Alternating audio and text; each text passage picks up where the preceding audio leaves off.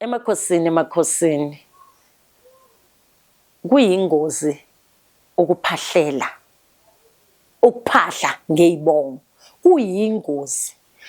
Yabona ukuphahla ngezibongo kwamele ube umndeni uphelele uzwana and kwamele ube abazali bashadile noma kusuke umsamo umile vele ekhaya.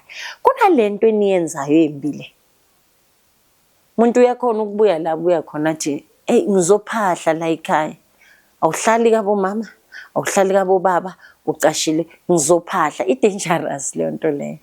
Remember uhlali lapha. Kukhona namhlanje abahlala la wena othi uyophahla khona kusekhaya. Uvumelekile vele ukuthi uzothatha amandla uyocela emsamo, kodwa laba abahleli la kulomsamo ingabe bawuhlonipha the way wena ohlala ngaphandle na? Mhlawumbe uqashile noma uhlala emva kwendlu khona lapho kwi-backroom. Ingabe bawuhlonipha enough na? Ngoba namhlanje we've got abo sparmakoti, namhlanje sinabo abantu besifazane abahlala nabo nama-boyfriend abo emakhaya. Already so feel umsamo. Once ungaba umuntu wesifazane wathatha umkhwenyana wakho wamfaka endlini, wazi ukuthi sowubulele umsamo. So kufanele kuhambe ngefaith nje ukuthi maze kusakulungela izinto, hayi ilakhi leyo, kodwa ngokomthetho sowubulele umsamo. Kodwa indaba ikuphi? Ekubizeni isibongo. Ingabe lesibongo oyosiphahlela sinempi phakathi na? Ingabe abo auntie, ingabe abo babomncane, ingabe abomalume nabo mamncane nabo mamkhulu baku in good terms na?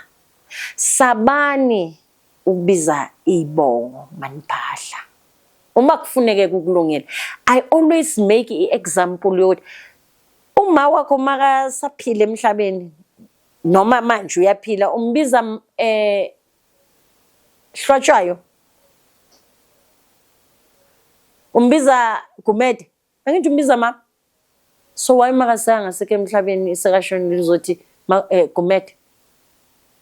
Mama, baba, gogo mkhulu, ngiyaniphakamisa. Iyazwakala? Mama, baba. Umama uzophakama, ubaba uzophakama, ugogo uzophakama. Ngoba uma uzobiza bayibizani, uzobiza isibongo kungayenzeka ukuthi umama wakho soloku nje nina nizitshela ukuthi okasibiya, kanti umama wakhe wabambisa ubaba wakhe ibhanji. Nike nibone ukuthi abantwana bo-TK bahlanya kanjani, baseyibongweni eziro. Bazali babambisa abomama babambisa abobaba amabhanji. Akekho umuntu owazi ukuthi ulele nobani ngoba nesikhathi. Namhlanje ngisho nanoma ngithi ngizama ukubanceda abantu besifazane kwizinto zamaladi, umuntu akazi ukuthi wayenza ama-abortion ayingaki, akazi wakhipha izisu ezingaki, sekazama ubarking umpatla tumelo noma uzama ukulinga umoya na?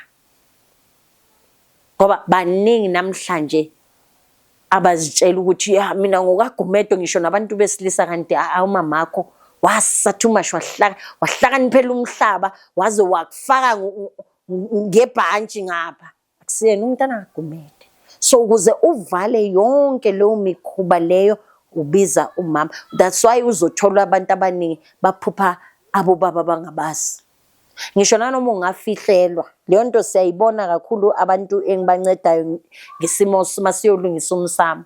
Umuntu athi akamazi ubaba wakhe, kodwa masiyongena emsamo azaziveza ubaba ukuthi angisekho ngisho nasemhlabeni noma ngikhona emhlabeni, kodwa kwaba nje nokulwa okuthize. Kwakukhona umntana futhi naye kaMoya, ngibabiza abantwana bakaMoya kodwa nanoma babadala noma bakhulile noma babadala kimi, kodwa as long uphuma ezandleni zami ngithi ingane kaMoya. Now uma uzobona isimo esinjalo, uthole umntana uyafisa ukwazi kabo baba, uyafisa ukuba kabo baba, kanti ngokaMoya bamsavile ubaba wakhe. Yena mase sibheka ngokaMoya, baba wakhe vele bekumntana owamfaka yabona abantu bayi-create ibox lomncwabo Siphe, like umuntu ayenze ibox lomncwabo afake umpopi lapha abiza ispirit sakho, kusho ukuthi into zingakulungeli up until uyongena ethuneni. That was the wish yalo baba kulomntana. Uyakhuluma naye lo mntana lokumpromise ukuthi hayi ngizokulanda uze kithi ini, kanti ngokomthetho ngabe bekayitholile ichance lo baba bengambulala nokumbulala.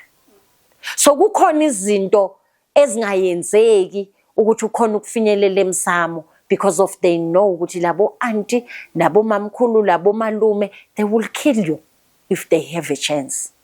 So sinendlela yokufosta, ingakho ke kwaphakama isiprofiti ukuthi lungisela abantu ngemvelo, ngoba sizalwa yimvelo.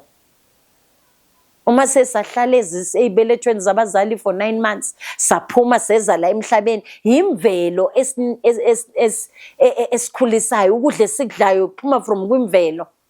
So imvelo iyalapha.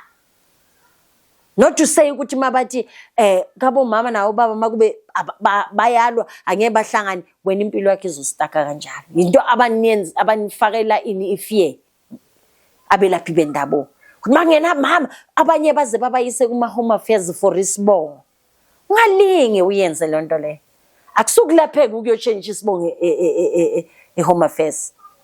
Into elaphekayo ukubiza babo mama abakubo baba kusetshenzwe phezulu lawo magama, because of ukutshentsha kwakho kusazodinga phezulu kwe-ritual ethize ekufanele uyenze, esizohlambulula sibuyisela idlozi.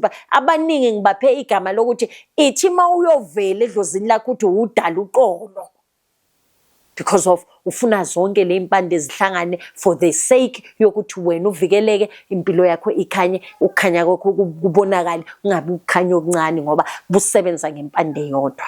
Please don't forget to like and subscribe.